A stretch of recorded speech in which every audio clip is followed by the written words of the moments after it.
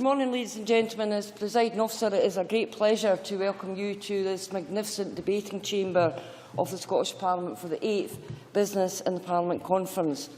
To those of you who joined me and Government Ministers for dinner last night, welcome back. I hope you enjoyed the evening. And I can see by the attendance today you didn't enjoy yourself too much because you've managed to get here. And to those of you who were unable to be with us last night, a very warm welcome to the Scottish Parliament. Business in the Parliament is an annual event, and it's a unique opportunity for businesses from all over Scotland to participate in debate and discussions with politicians and policymakers on issues of importance to the Scottish economy. It's my ambition to try to make it easier for key stakeholders and individuals to engage with the work of the Parliament, and events such as the conference today is an important way of achieving that. And to everybody who was there last night, can I say thanks very much. I found it quite inspiring to see particularly young women forging their way forward. I met a young woman who is exporting Scottish produce to China. I met a young woman who is exporting tractors to New Zealand, and a young woman who is starting out designing her own jewellery. And what I do find from events like this is I gather inspiration from the work that is going on from you and others throughout Scotland, and we really are proud of our businesses in Scotland, and we have got every right to be so. For those of you who paid me nice compliments last night about how I control unruly MSPs, thank you for that. You will be an absolute doddle today, I'm sure, compared to them. But I'm going to allow you to do what I would never allow the MSPs to do. If you wish to tweet or if you wish to take photographs, then feel perfectly free to do so and engage with the social media. It is an absolute no-no for the MSPs, but we will let you do it today. Later today, the Parliament's Infrastructure and Capital Investment Committee will be distributing a short survey inviting all of you to comment on the Government's procurement bill and to help inform its deliberations, and I hope you'll take up that offer. There are many other issues where our committees would welcome your views, such as the Economy, Energy and Tourism Committee, who are currently looking at access to finance issues for Scottish businesses, and that is a theme of one of today's workshops. The Infrastructure and Capital Investment Committee, who are considering Scottish Water's charging regime. The Education and Culture Committee's forthcoming review of college reorganisation, and again, education and skills is one of the workshops. The forthcoming work of the Local Government and Regeneration Committee and others on the Scottish Government's third National Planning Framework. They are all worthy issues, but they're all very, very important issues. And it's really important for our committees that we get the range of views to input to their consideration. So I hope you take up these opportunities. There are many other issues that we in the Scottish Parliament discuss, and we welcome your input and the opportunity to exchange dialogue with you on these issues. The Business in the Parliament Conference this year is themed on maximising economic growth during a time of financial restraint. Today's plenary and breakout sessions will look at investment in innovation and research, international trade and investment, education, workforce skills and employee development, and access to finance and technology. This conference is a joint initiative of the Scottish Parliament and the Scottish Government. I'm grateful to the members and staff of the Economy, Energy and Tourism Committee, and we really need to do something about the length of the names of our committees, and our own events team for their hard work in delivering the event once again. I'd also like to thank ministers and their officials in the Scottish Government for their contribution. Can I thank in advance all of our speakers, everybody who's taken part in our workshops as leaders. It is because of you that this conference and previous conferences have been so much of a success. So thank you very much. I'd now like to ask the convener of the Economy, Energy and Tourism Committee, Murdo Fraser MSP, to present to us some views from the committee. Murdo.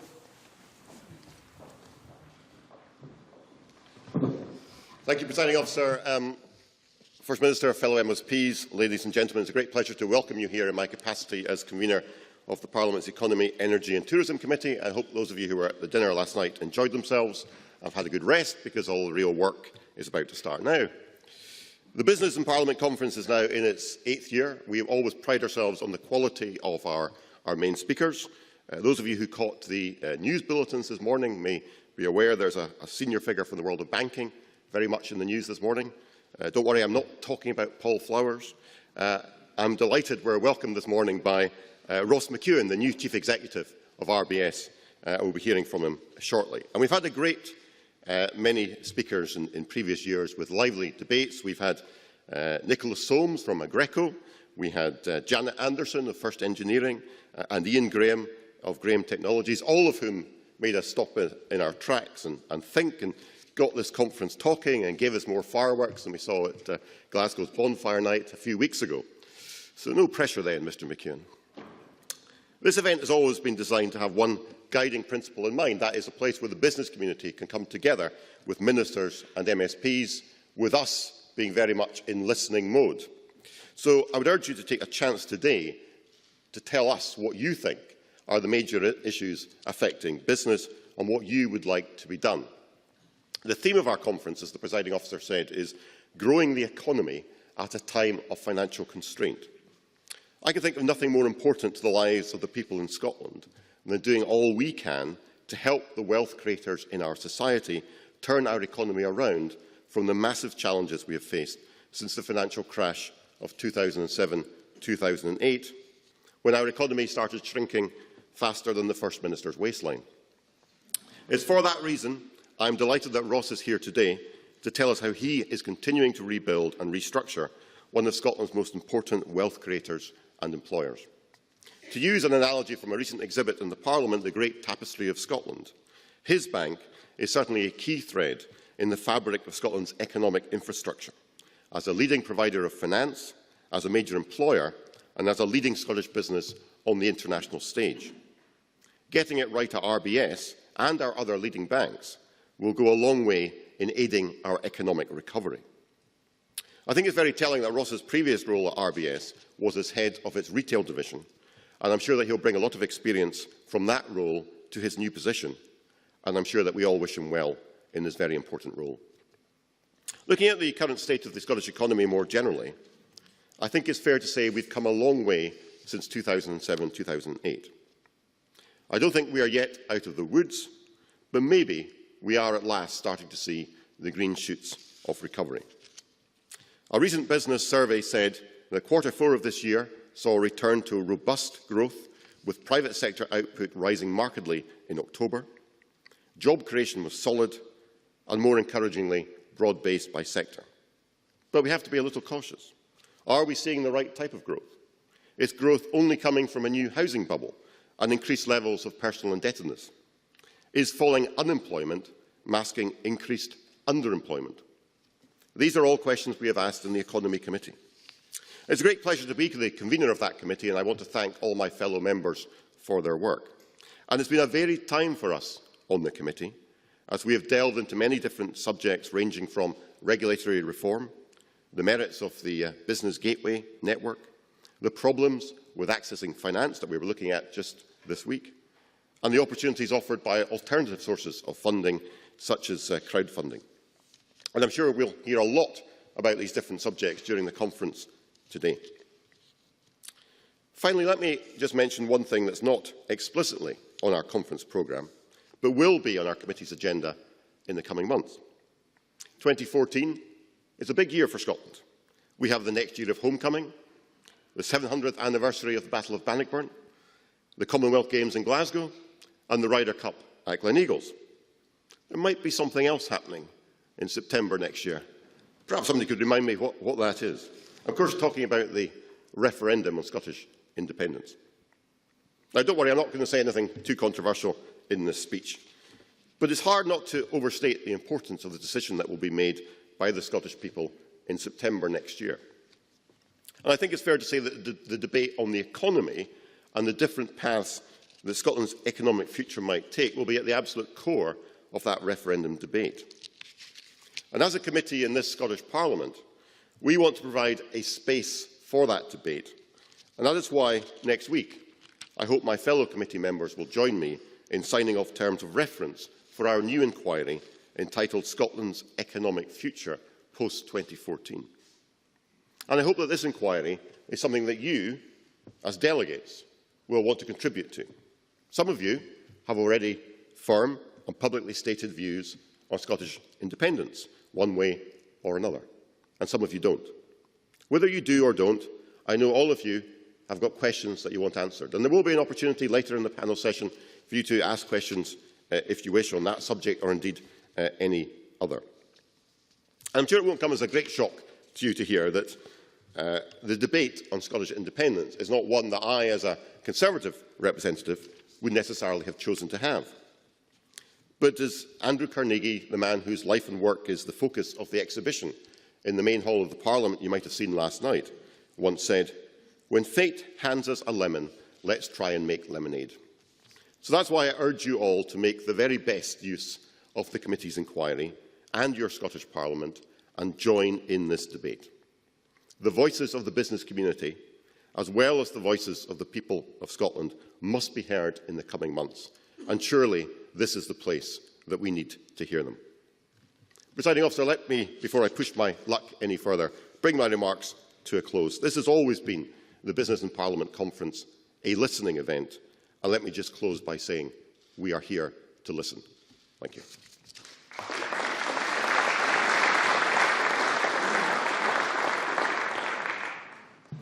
Thank you very much, Murdo. And before I introduce our keynote speaker, can I just extend a very warm welcome to Michael Crowe. Those of us who've worked with Michael for a very, very long time are glad to see him back and look so healthy. Now, it gives me great pleasure to introduce our main speaker, Ross McEwan, and the new Chief Executive of the Royal Bank of Scotland. And this is going to be one of his first speeches in his new role. You're very welcome.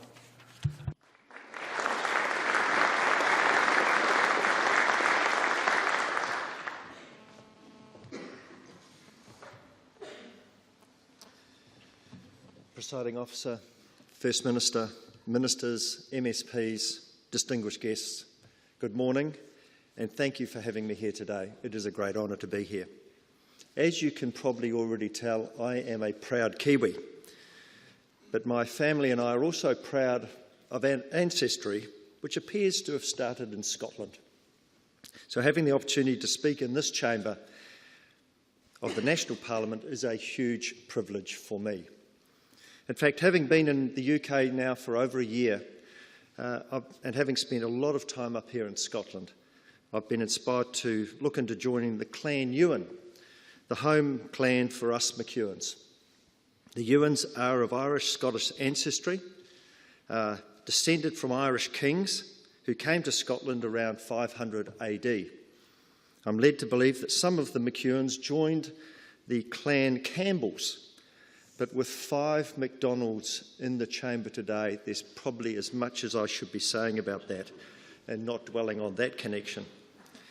Other McEwans ran off, and this is what I was a wee bit worried about the introduction on the papers this morning. They ran off to become outlaws, rogues, which probably build the link between how my father got to Australia, but we shouldn't say much about that either. Suffice to say that I have a great affinity with this country and a very real appreciation of the role that the Royal Bank of Scotland should be playing within it. Alongside the politicians, the public bodies, the trade bodies, the local authorities and the private businesses who are in this chamber today, the Royal Bank of Scotland is a key part of the fabric of Scottish business and the Scottish economy. Everyone here will have your own views on what happened at RBS and what we should be doing about it. We know we have a debt to repay, and nowhere is that more keenly felt than here in Scotland. I hope what I have to say today will give you some confidence in the plan that we have going forward. You find me here today in my second month as the CEO.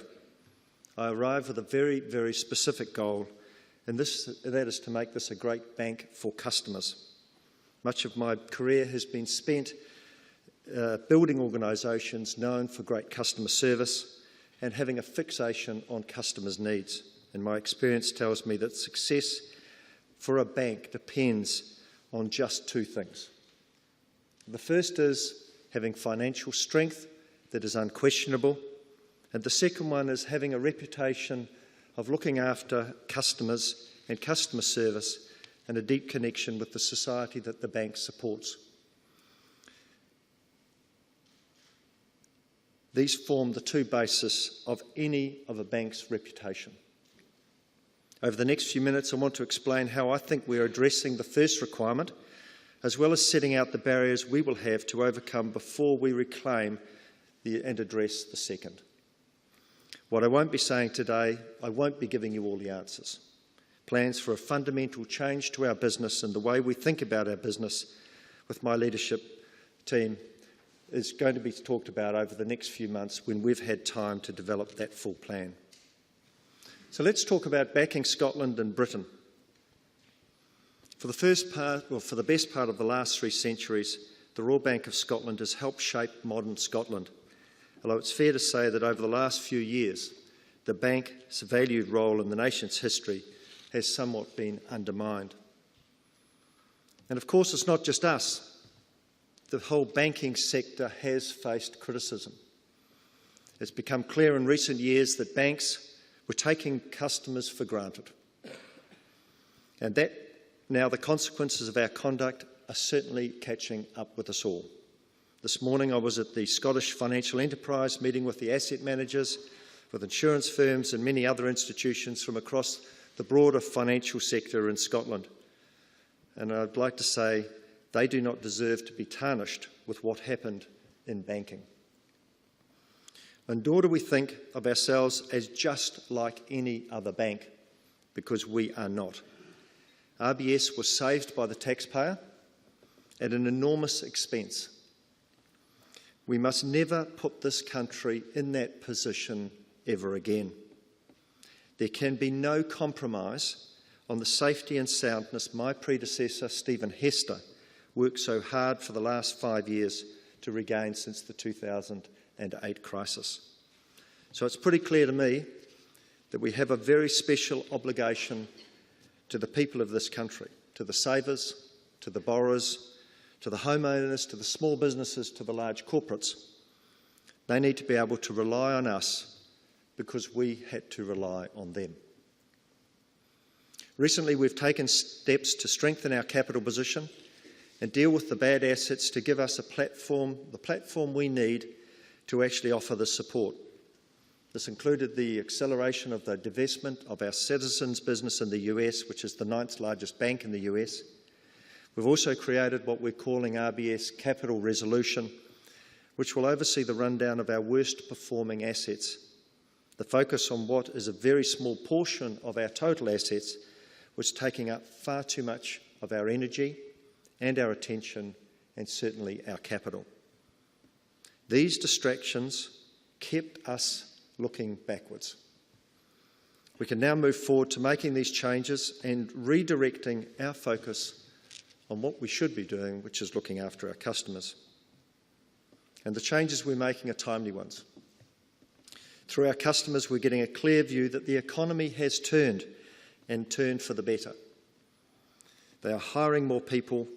More of them are asking about borrowing to invest in their businesses than at any point in the last 5 years. And our experience is confirmed by the official figures. The UK is growing above its long-run trend, and there are more people in work than there have been before. Many household budgets, however, will still not reflect this improvement in the macro data. But if surveys of firms and individuals are a useful guide to the future, confidence is improving and next year will be better than this year. So it feels like our economy is out of the mire, although it's probably a bit too soon to say it's out of the woods. We want to support our customers as they see economic opportunities emerging for them. But the reality is right now, we don't always live up to that responsibility. We recently commissioned former Bank of England Deputy Governor Sir Andrew Large to carry out an independent review of our business lending. When he published his initial findings at the beginning of November, it didn't make for very comfortable reading.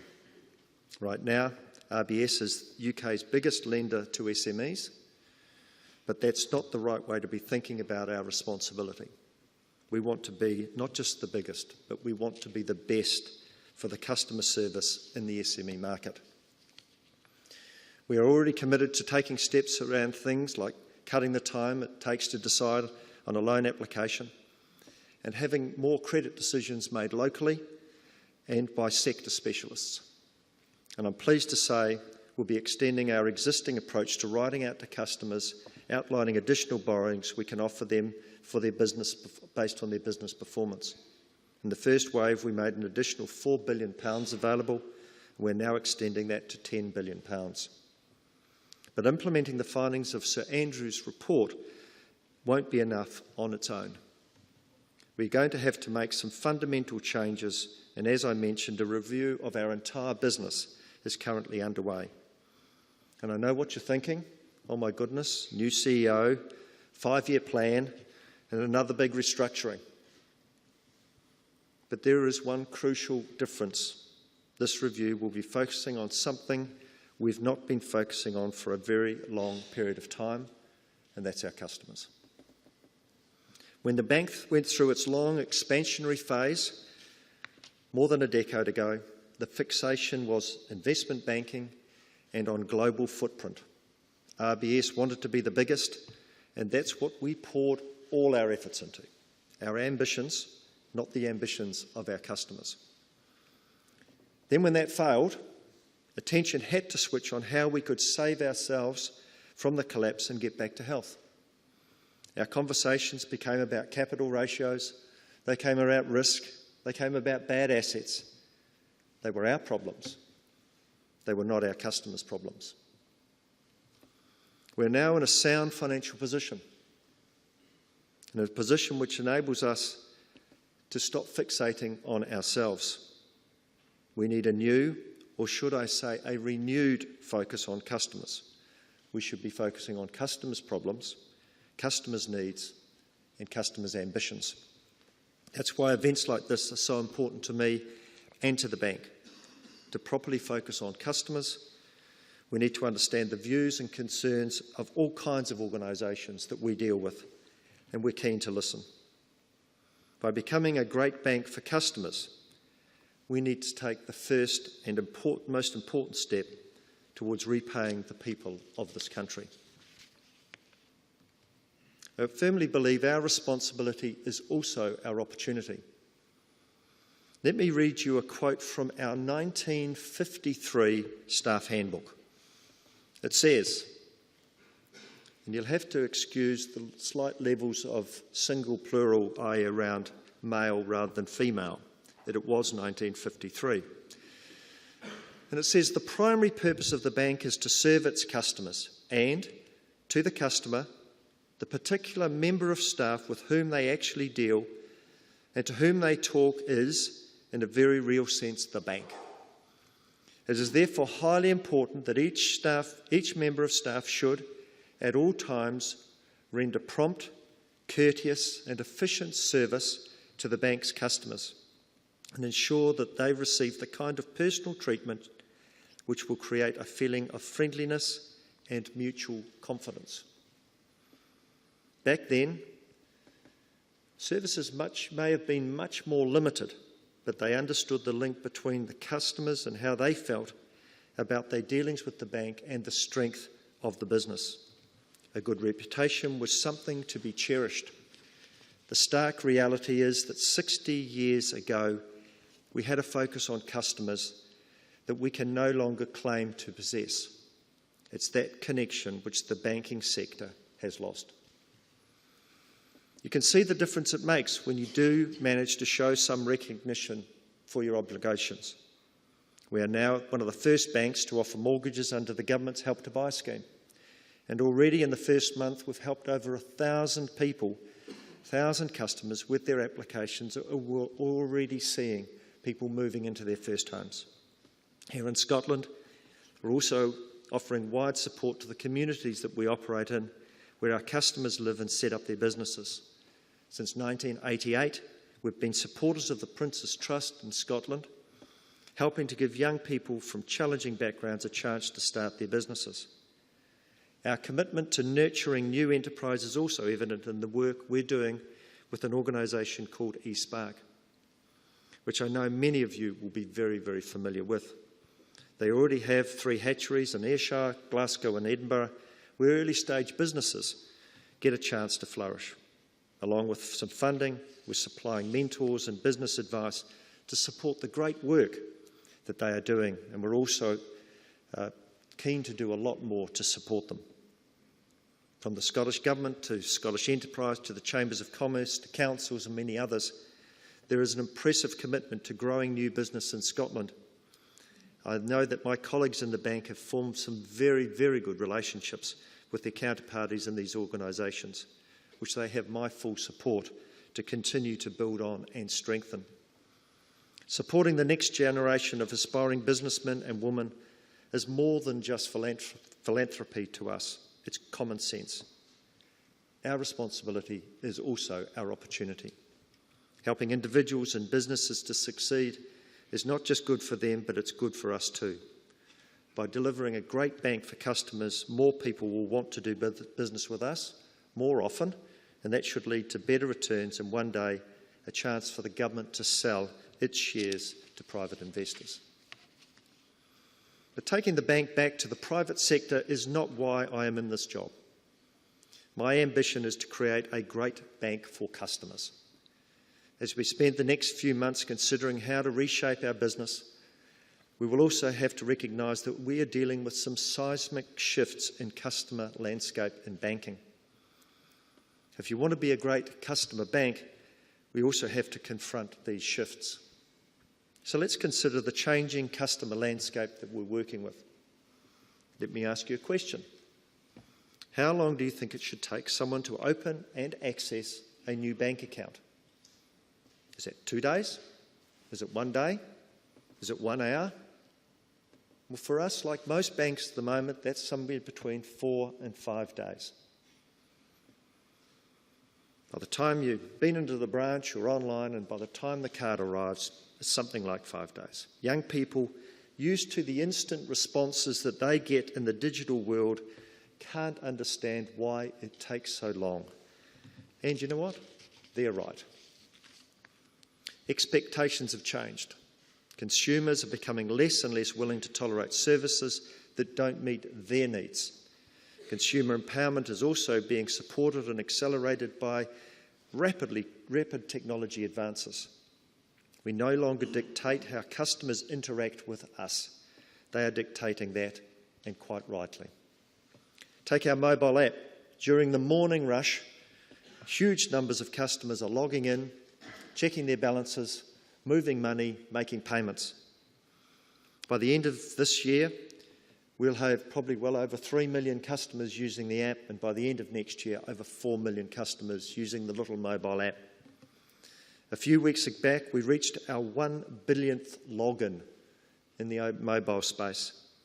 At the same time, we are seeing less and less activity in our branches, and since 2010, branch transactions are down almost 30%. The world is changing dramatically. And as we consider the radical changes we have to make, we need to prepare for a future based on being there for customers on their terms and not on our terms. I know some MSPs have already visited our Innovation Centre in Edinburgh, where we are designing and testing new technologies. And later today, I'm looking forward to taking the First Minister around the facility and showing him how we are modernising the way we will be serving customers. I can also announce today that the Royal Bank of Scotland will be investing £30 million in providing new generation cash machines, which will give customers a broader range of everyday banking facilities where they want them and when they want them. The team at NCR in Dundee Centre of Excellence has also been working very closely with our innovation team to make sure we deliver state-of-the-art equipment in convenient locations for our customers at the length and breadth of the UK. Whether it's our mobile app or our self-service machines in a train station, shopping mall or a remote village post office, we need to start offering smarter solutions that make it simple and easy for people to do their banking in new and different ways that suit them. We should be looking at putting 24-hour self-service centres in places like Waverley Station, where 50,000 people pass every day, these machines can address the vast majority of the day-to-day banking needs of customers. Then instead of answering balanced inquiries at a branch, branches should be the places where people go because they need advice, they need a mortgage, they need actual help with their financial position. Customers meeting our knowledgeable staff in our branches and having a much more valuable conversation where we can do things to support them. We need to spend the coming months designing a bank that can offer services that are quicker to use and much more relevant for customers in the modern life. So while I regard the customer care set out in the 1953 handbook for our staff as priceless and timeless, I am not nostalgic about banking. We need to harness the newfound power of the consumer, embrace the technologies that are enabling it, and make ourselves simple and easy to do business with. That is not the reality in banking today. Let me draw to a conclusion. In a moment, the First Minister will give the Scottish Government view on the current issues and challenges facing business and the economy. I look forward to listening to him and hearing from other party leaders that I will be meeting during the course of the day. I am sure we all share the aim of a vibrant and growing Scottish economy, with a restored and vibrant Royal Bank of Scotland playing its full part. And I hope as you leave here this morning with a sense of the kind of bank we want to become. I know others will be looking at this and what does this all mean for banking and when can we return to the private sector, but that is not what's on my mind. I'm here to create a great bank for customers. That's the best way for us to actually meet the unique needs of this country which saved us in 2008. We need to become a bank that was worth saving. If we become a great bank again for customers, then some of the other things people look at, whether our people and our customers can take pride in their association with us, whether we're fulfilling our role in the community, whether we can provide attractive returns to investors, these things will follow. The review of our business over the next few months will lead to some significant changes. When it comes to that time, you may not agree with all the steps that we decide to take, but I hope you have some sense today that our intentions are the absolute right ones and that we focused on our customers. But by far the most significant change that we will make is to become a real customer bank. That's our responsibility. It's also our opportunity, and our future depends on it. Thank you.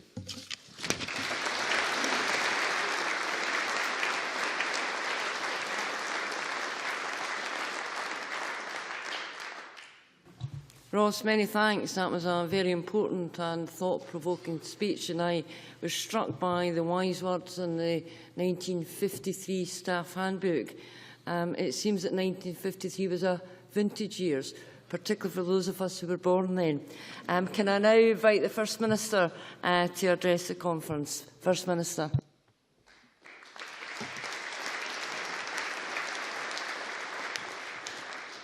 Presiding Officer and friends, it's always a pleasure to attend this conference. It's an important opportunity for Parliament, Government, business, wider Civic Scotland to meet and discuss key issues that affect every one of us. I'm told there's a total of 9 government ministers involved in this year's event, far too many, an entire cabinet of ministers here, but we're delighted to see all of you here from across civic society in Scotland. I should say that the Finance Secretary, Mr Swinney, will be here later today. However, he has a very good reason for not attending this morning. He is at GlaxoSmithKline's Montrose plant, where £25 million of new investment will be announced. That investment, which will lead to 25 long-term skilled jobs, will enable GlaxoSmithKline to establish state-of-the-art facilities to manufacture 4 new pharmaceutical products. It's fantastic news for Angus, for our life sciences and for the pharmaceuticals industry and for Scotland. I'm a wee bit puzzled, actually. Usually I do these announcements and Mr Swinney goes to closures and things.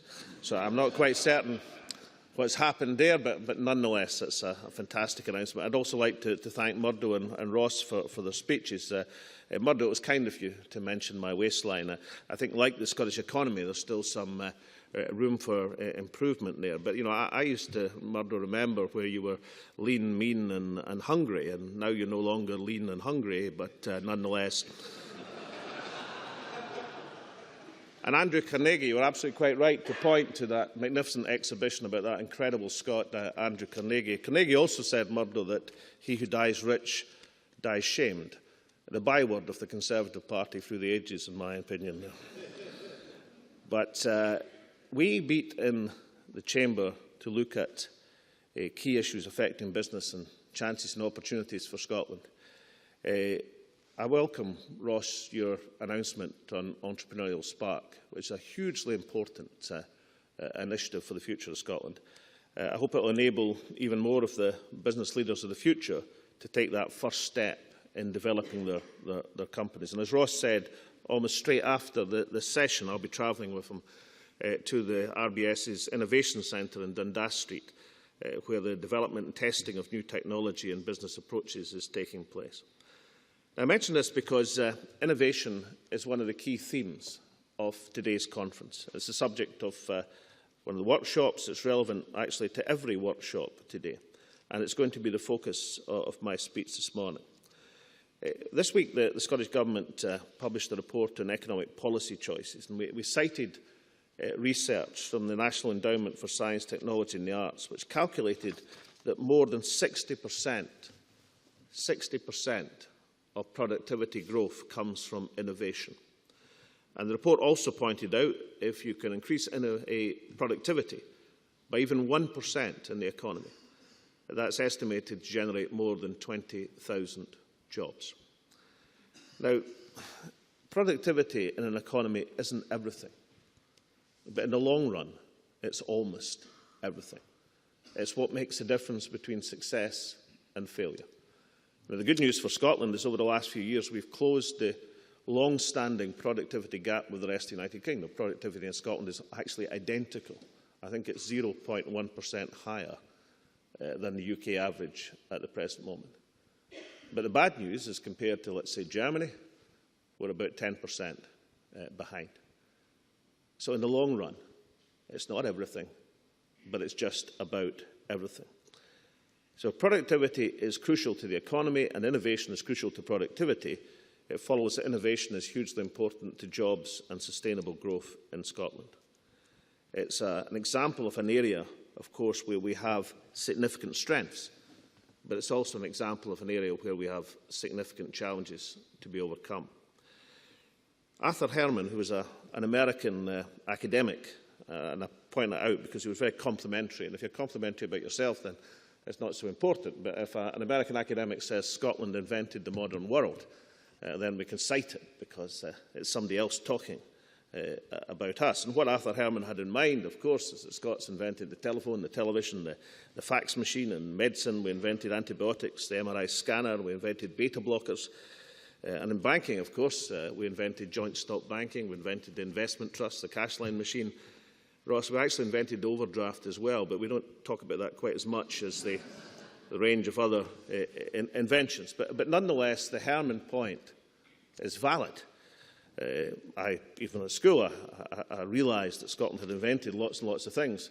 Funnily enough, nobody actually told me why we'd invented so many things and how we'd managed to do it while losing the McEwens. I had absolutely no idea whatsoever. But the reason we invented all these things, incidentally, is we had the most important invention of all, which was free universal education.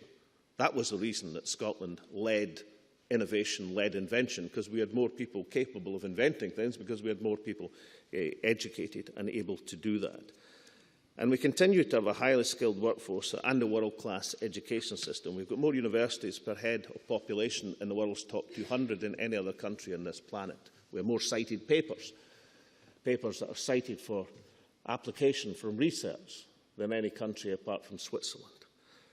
But although we rank third in the OECD in terms of our higher education, research and development, in recent years we've been in the bottom 25% of countries in terms of business, research and development.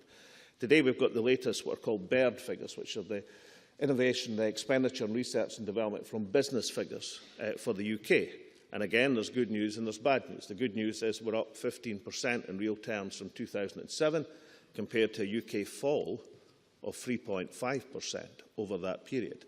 The bad news is that still represents 4.1% of the UK total. We've got lots and lots of room for lots of improvement.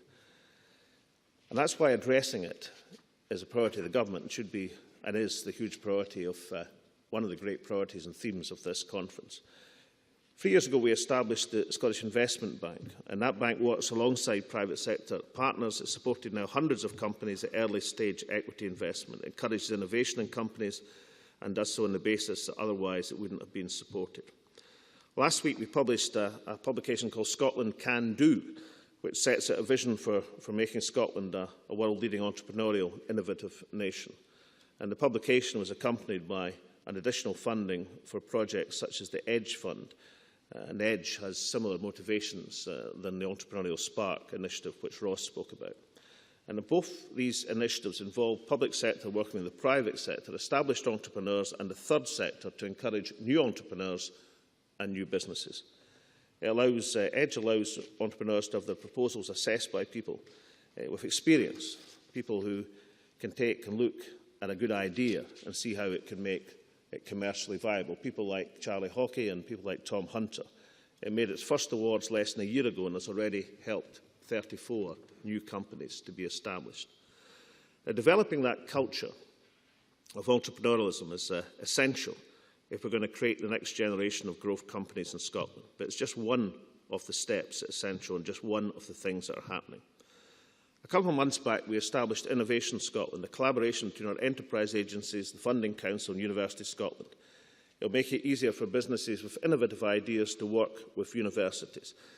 I mentioned the list of, if we take the medical inventions, antibiotics, beta blockers, couldn't be anything more important in terms of the health of the world's population over the last few generations. The significant thing is, although these were Scottish inventions, not one of them was seriously early stage developed industrial terms in Scotland. And that gap, that's the application of having invention and ingenuity and innovation and benefiting from the industrial benefit that should flow from leading in these areas, is the gap we have to close. So, for example, Scottish Enterprise is supporting the International Technology and Renewable Energy Zone established by Strathclyde University in Glasgow. That zone, incidentally, includes the UK's first Fraunhofer Institute in Photonics and also the Offshore Renewable Energy Catapult Centre. In April, I attended the launch of the Innovation Centre for Stratified Medicine at the Southern General in Glasgow. One of the initiatives in combining a world-class health service and recognising that that in itself is not just a wonderful thing for patients and folk who are ill, but it's a wonderful potential thing for building a life science industry upon if the resources and application and information and data of that health service can be made available, as it wants to be made available, to a wider business initiatives. That's a partnership between universities, business, the NHS. It looks how to provide more tailored treatment for patients and categories of illness, and it's one of 3 innovation centres established so far for an investment of £30 million. And the important point here is if you look at that Innovation Centre for Stratified Medicine, it makes the point. We've excelled at the breakthroughs, but we have to make sure we get the economic and commercial benefit from our innovations. So the sustained coordinated attempt now to address that. We expect that these 3 innovation centres established will create more than 2,000 jobs directly over the next 5 years. But the wider work to support innovation and to link our educational facilities to high-growth businesses will create many, many more and be fundamental in changing the BERD figures, not in terms of the growth, but in terms of the percentages of research and development. So we've made important strides in recent years, but there is still much, much to do. Now, I want to give 3 examples of initiatives that can change our circumstances as far as innovation and therefore productivity and therefore the economy is concerned.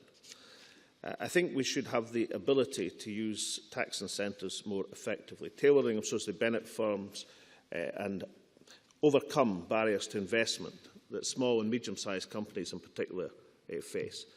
And we should learn from the countries which currently do better than us in research and development. France, Sweden, Germany, Finland. They administer support for research and development directly as well as indirectly through tax incentives. Finland has established a special national funding agency for technology and innovation which works with universities and businesses. It now has the third highest level of total spending in R&D in the OECD. Second example relates to intellectual property.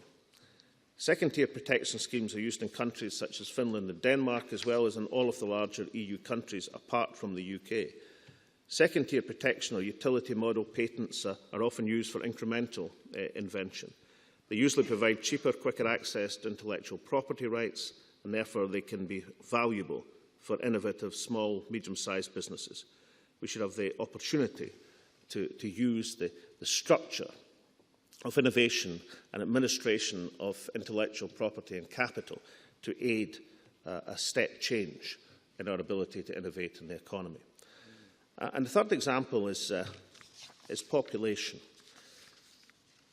We had an interesting exchange in the Scottish Parliament yesterday when Joanne Lamont, the leader of the Labour Party, asked me if I felt that independence can make us all younger. Well, it probably can't make us younger in an individual sense, although I have great hopes for the BASF chromatography initiative and omega-3 in Callanish in the Western Islands, and I've volunteered myself for early-stage trialling of that magnificent product starting in January of this year, which will soon be unleashed on the wider world.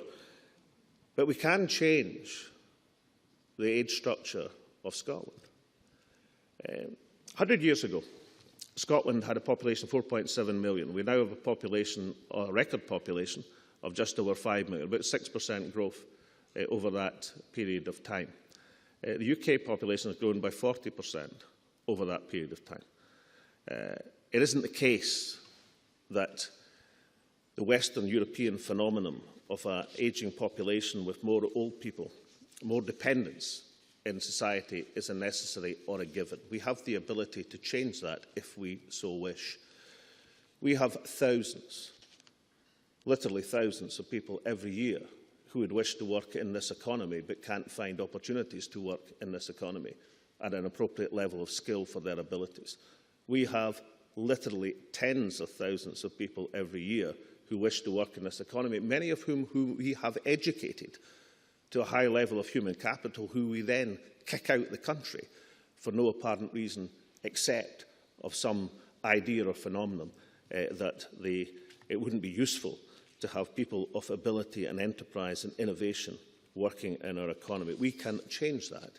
2 weeks ago I was in Beijing, and while I was in Beijing I was struggling to reverse a decision to expel two Chinese-financed Mandarin teachers who are spreading the language training through the Hanban initiative throughout schools in Scotland, who were being asked to exit the country in 4 days. People paid for by the Chinese government, bringing valuable language skills into schools around Scotland, cooperating with the Mandarin Initiative and Confucius Institutes, of which we now have 5 universities in Scotland, being asked to leave the country. Why?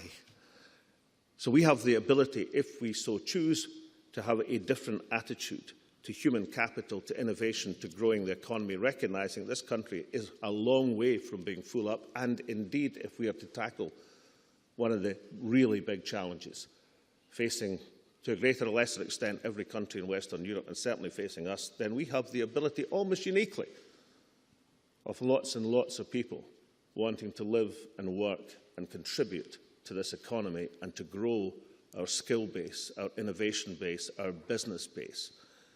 These things are not given or handed down to us. They are for us to do and for us to change. Ladies and gentlemen, Murdo said that the next 12 months gives all of us the opportunity to discuss and decide on Scotland Future and to debate it in a way which does the nation credit. Whatever point of view we come from in that debate, let's have a debate about how we can change the future for the better. Let's have a debate about what we can do to change our circumstances. Let's not accept second best or second rate or low levels of growth or innovation or prosperity or business.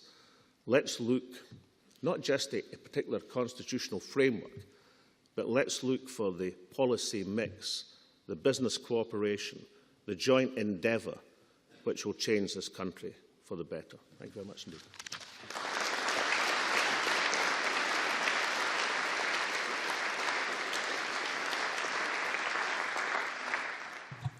First Minister, thank you very much. Can I now invite delegates to make their way to the garden lobby, where you'll be able to have a cup of tea and a chance to chat with the multitude of MSPs who are here today.